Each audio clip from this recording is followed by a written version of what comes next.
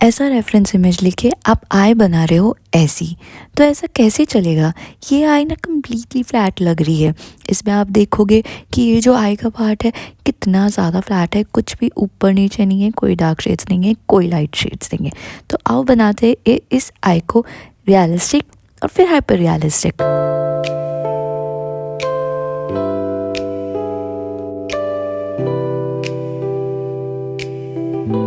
अगर आप pencil kiosk में नए हो तो प्लीज़ पेंसिल कियोस्क को लाइक करिए, शेयर करिए और सब्सक्राइब करिए, क्योंकि बिना इनफ सब्सक्राइबर के ना ही यूट्यूब मुझे कुछ दे पाएगा और ना ही मैं आपके लिए अच्छी अच्छी वीडियोस बना पाऊँगी। इस आई को रियलिस्टिक बनाने के लिए इसमें हमें कुछ डार्क शेड्स ऐड करने पड़ेंगे, क्योंकि डार्क शेड्स ऐड करने पे हमें डेप्थ मिलेगी, वो एरिया नीचे जाएगा, और लाइट शेड्स ऐड करने पे वो एरिया ऊपर आएगा। तो आप जितना ज़्यादा डार्क शेड ऐड करोगे वो वहाँ पे आपको उतनी ही ज़्यादा डेप्थ दिखाई देगी। तो स्टार्ट करेंगे हम सबसे पहले आईब्रो के साथ। आईब्रो ज़्यादा डार्क नहीं है इसकी, इसलिए आईब्रो के लिए मैं ले रही हूँ ये 4B पेंसिल। एक बार 4B पेंसिल से आईब्रो के हेयर्स बनाने स्टार्ट कर देते हैं। यहाँ पे आईब्रो ज़्यादा बुशी नहीं है, हेयर्स के बीच बीच में गैप है, तो बस उसी तरह से बनाऊंगी। हेयर्स के बीच में वाइट स्पेस छोड़ूंगी और डार्क हेयर्स बनाते रहूँगी। रियलिस्टिक आईब्रोज़ के लिए आपके आईब्रोज़ के जो हेयर्स होंगे ना, उनको हमेशा थोड़ा सा स्लैंट रखो, एकदम स्ट्रेट मत बनाओ, हल्का सा कर्व रखो और उनको हल्का सा स्लैंट रखो। और हमेशा ऊपर और नीचे से हेयर्स को अनइवन रखो, थोड़े हेयर्स को बाहर निकालते हुए रखो ताकि वो रियलिस्टिक लगे। एंड में आज के बाद हेयर्स काफ़ी छोटे हो जाते हैं और नीचे की तरफ इस तरह से मैं रिवर्स हेयर्स बनाती हूँ ताकि थोड़े से हेयर्स लगे बाहर आते हुए। उसके बाद आते हैं हम आई के ऊपर। तो सबसे पहले ये जो आई की लाइन है, आईलिड जहाँ पे क्लोज हो रही है, वो वाली लाइन बहुत ज़्यादा डार्क है, तो उसको मैं डार्क कर देती हूँ। इसके लिए मैं यूज़ कर रही हूँ 6B पेंसिल और शेड को स्लोली स्लोली डार्क करते जाऊँगी। इन लाइंस में ना हमेशा एंड में इस तरह से शेड को पतला कर देना होता है और लाइट कर देना होता है। लाइन बनाते टाइम कभी भी एंड का पार्ट कभी भी डार्क और थिक नहीं होना चाहिए।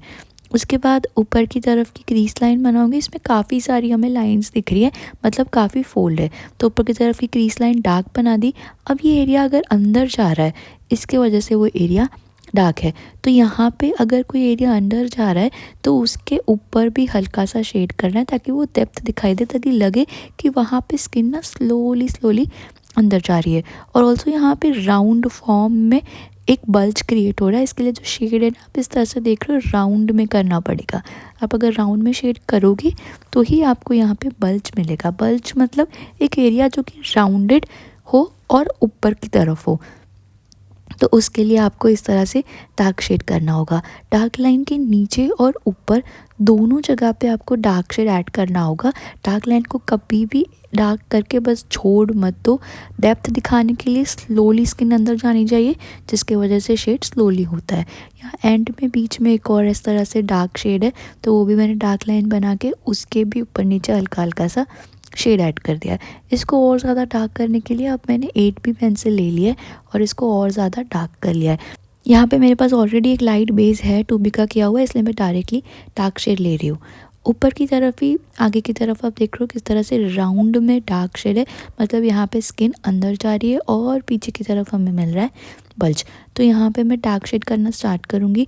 शेड को राउंड में करना है, जहाँ पे भी आपको राउंड शेड दिखे आपको राउंड में ही शेड करना है। शेड के डार्कनेस के साथ उसका डायरेक्शन भी इम्पॉर्टेंट है। यहाँ पे देख रहे हो एक और लाइन है, एक और फोल्ड है स्किन का, तो उसको भी मैं हल्का सा डार्क कर लूँगी। ये ज़्यादा डार्क नहीं है, इसके भी ऊपर और नीचे शेड करना ताकि लगे कि स्किन वहाँ पे स्लोली अंदर जा रही है। और यहाँ बीच में हल्का सा बल्ज बन रहा है, अगर आप यहाँ पे राउंड कर सको तो करो, नहीं कर सको तो भी चलेगा। हल्का सा डार्क लाइट का शेड दे दो तो भी चल जाएगा, बिकॉज एरिया छोटा है। तो इस तरह से यहाँ पे भी शेड दे रही हूँ, ऊपर की तरफ भी डार्क शेड करना है। अब ऊपर की तरफ पूरा अगर आप एरिया देखोगे तो पूरा राउंड एरिया है, तो यहाँ पे भी शेड इस तरह से पूरा राउंड में करना है। राउंड हो जाएगा, वर्टिकली भी राउंड होगा और हॉरिजॉन्टली भी राउंड होगा।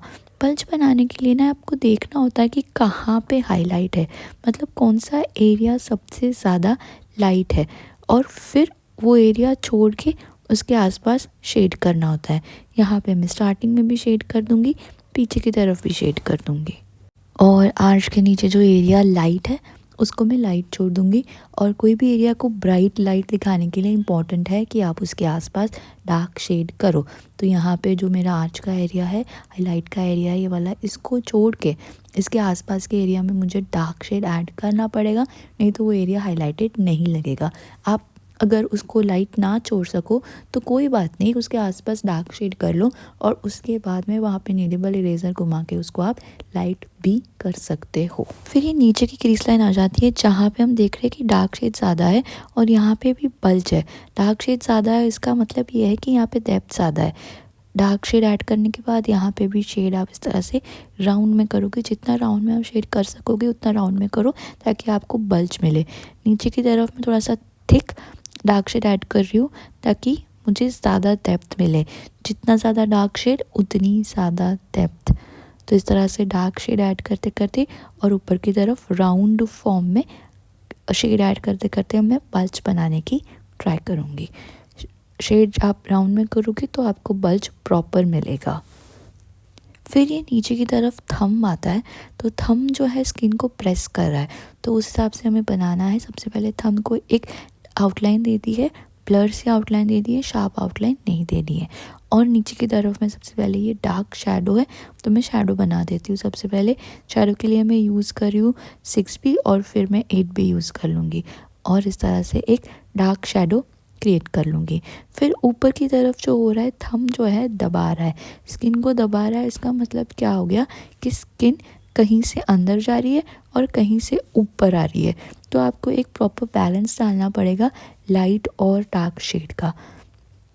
आपको डार्क शेड इनफ डार्क करना पड़ेगा ताकि लगे कि स्किन अंदर जा रही है, और लाइट शेड जो है इनफ लाइट रखना पड़ेगा ताकि लगे कि स्किन बाहर आ रही है। डार्क और लाइट शेड के इस कॉम्बिनेशन से ही आप स्किन को अंदर की तरफ जाता हुआ दिखा सकते हो। अगर आप इनफ लाइट और डार्क शेड्स नहीं करोगे तो आपका जो स्किन है वो प्रेस्ड नहीं लगेगा। ऑल्सो इस चीज़ में ना इम्पॉर्टेंट है कि आप शेड का डायरेक्शन देखो। शेड का डायरेक्शन बहुत ज़्यादा इम्पॉर्टेंट है और आप उसी डायरेक्शन में शेड करो। तो यहाँ पे जहाँ जहाँ पे भी डार्क शेड्स की ज़रूरत है वहाँ वहाँ मैं डार्क शेड्स ऐड कर रही हूँ डायरेक्शन और शेप देख के।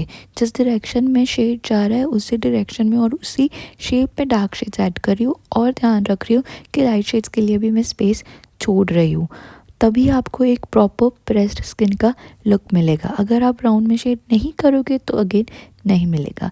जैसे यहाँ पीछे की तरफ ना शेड पूरा राउंड में जा रहा है आई के पीछे से, तो वहाँ पे आपको आई के पीछे राउंड में ही शेड करना पड़ेगा, तभी आपको प्रॉपर लुक मिलेगा। अब यहाँ नीचे की तरफ भी थिक डार्क शेड है, वो करने के बाद उसके ऊपर हल्का सा बल्ज है। अब ये वाला जो बल्ज है ना बहुत ज़्यादा नहीं है, इसलिए हम यहाँ पे ज़्यादा वाइट हाईलाइटेड स्पेस नहीं रखेंगे, पर शेड में इधर भी राउंड में कर रही हूँ ताकि मुझे बल्ज मिले। हल्का सा राउंडेड पार्ट है, हल्का सा ऊपर पार्ट है। इसलिए आप देख रहे हो किस तरह से मैं शेड को राउंड कर रही हूँ, लेकिन मैं बीच में कोई वाइट पार्ट नहीं छोड़ रही हूँ ताकि मुझे बहुत ज़्यादा हाईलाइट्स ना मिले, बहुत ज़्यादा बल्जी इफेक्ट ना मिले। लाइट एरिया कहाँ पे है, हाईलाइट्स कहाँ पे है, जैसे यहाँ पे है तो वो आप देखो और वो एरिया छोड़ो और उसके आसपास डार्क शेड्स डालो। हाईलाइट्स के आसपास जितना डार्क शेड्स डालोगे हाईलाइट्स उतनी ही ज़्यादा ब्राइट दिखेगी।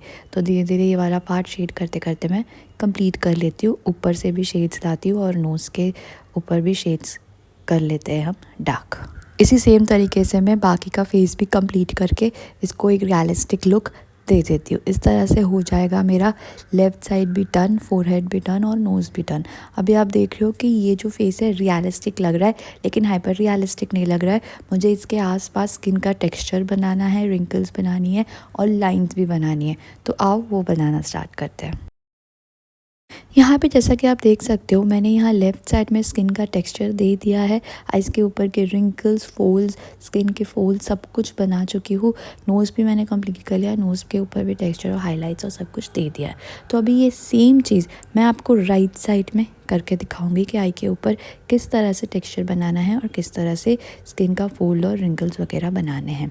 उसके लिए इम्पॉर्टेंट है कि आप बेस में डार्क शेड डालो, इसलिए मैं आपको बोलती थी कि आपको डार्क शेड्स डालने हैं बेस में।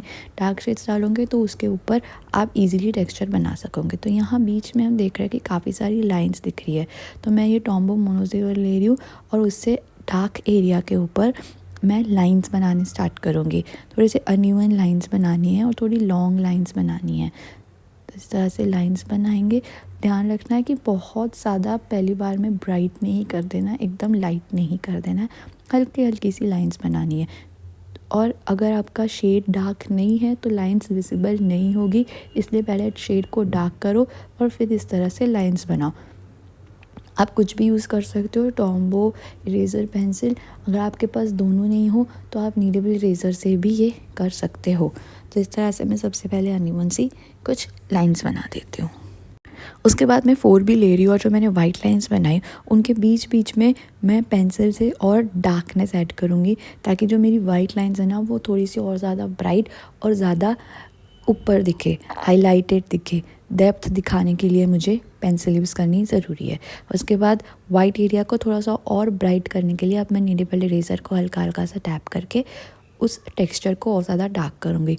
ये चीज़ें ना आपको इसी तरह से करनी है, लेयर बाय लेयर करनी है। ऐसा नहीं कि मैं एक ही बार में करके उसको छोड़ दूँ तो आपको रियलिस्टिक इफ़ेक्ट नहीं आएगा। रियलिस्टिक इफ़ेक्ट के लिए लेयर बाय लेयर ऐड करना है।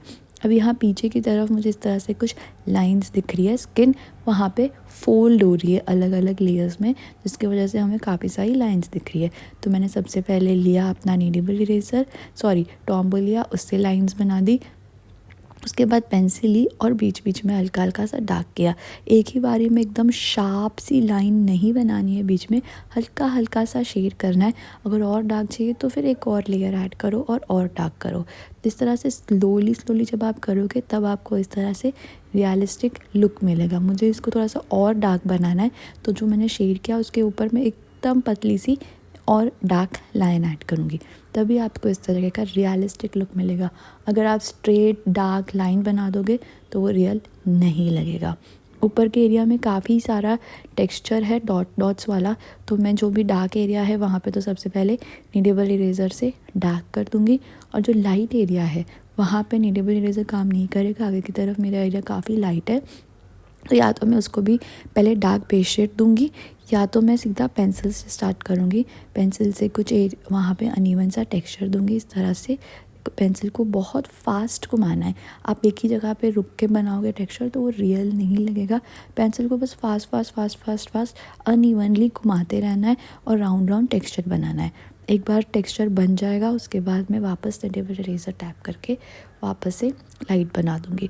जिस एरिया को आपको ब्राइट रखना है उस एरिया के आसपास आपको डार्क शेड डालना पड़ेगा, तभी वो एरिया ब्राइट लगेगा। ऑल्सो उस एरिया के अंदर भी बिकॉज मुझे टेक्सचर डालना है, थोड़ा बहुत पेंसिल से टेक्सचर करना पड़ेगा, तभी वहाँ पे हाईलाइट क्रिएट होगी। अब ये जैसे फ्रंट का एरिया है काफ़ी ब्राइट है और काफ़ी टेक्सचर है इसके अंदर, बिकॉज़ ये लाइट है तो मैं स्टार्ट करूँगी सबसे पहले पेंसिल से टेक्सचर दूँगी। कुछ नीचे की तरफ लाइंस है, ऊपर की तरफ कुछ डॉट्स है, तो वो सब मैं एक बना दूँगी। नीचे की तरफ कुछ लाइंस बना रही हूँ, इधर नीचे की तरफ और डॉट्स है, ऊपर भी डॉट्स है। तो सबसे पहले पेंसिल से काम कर रही हूँ, मैं 4B ले रही हूँ इसके लिए। उसके बाद मैं ना हल्का सा उसे ब्लेंड कर दूँगी मेरे स्टम्प से, और फिर मैं यूज़ करूँगी। आप कुछ भी इरेज़र यूज़ करो, जैसे कि टॉम्बो यूज़ करो, नीडेबल इरेज़र यूज़ करो, पेंसिल यूज़ करो, कोई भी यूज़ करो, और उससे इस तरह से टेक्सचर लेना स्टार्ट करेंगे। बीच बीच में आपको जब भी ज़रूरत पड़े आप पेंसिल भी यूज़ करते रहो, वापस इरेज़र यूज़ करो, पेंसिल इरेज़र करते रहो, तभी आपको लेयर बाय लेयर एक ब्राइट इफ़ेक्ट मिलेगा। इसी तरह से नीचे की तरफ भी मैं टेक्सचर ऐड कर रही हूँ। क्रीज लाइन जो है, लोअर क्रीज लाइन, उसके नीचे भी इस तरह से टेक्सचर है। ऑल्सो यहाँ पे मैं आई लैशेज़ भी कंप्लीट कर लेती हूँ, उसके बिना तो आई एकदम इनकम्प्लीट लगती है। टेक्सचर आई लैशेज़ के साथ सब कुछ एकदम कंप्लीट लगता है। इसके ऊपर यहाँ पे टेक्सचर पे जैसे कि आप देख रहे हो मैं नीडेबल इरेज़र वापस यूज़ कर रही हूँ, तो 1 बाय 1 लेयर बाय लेयर काम करते रहो। और फिर मैं उसी तरह से बाकी के एरिया का भी टेक्सचर कंप्लीट कर लेती हूँ, जैसे कि यहाँ आई के नीचे और बाकी के एरिया पे, चीक पे और सब जगह पे टेक्सचर डाल के मैं इस ड्राइंग को कंप्लीट कर देती हूँ।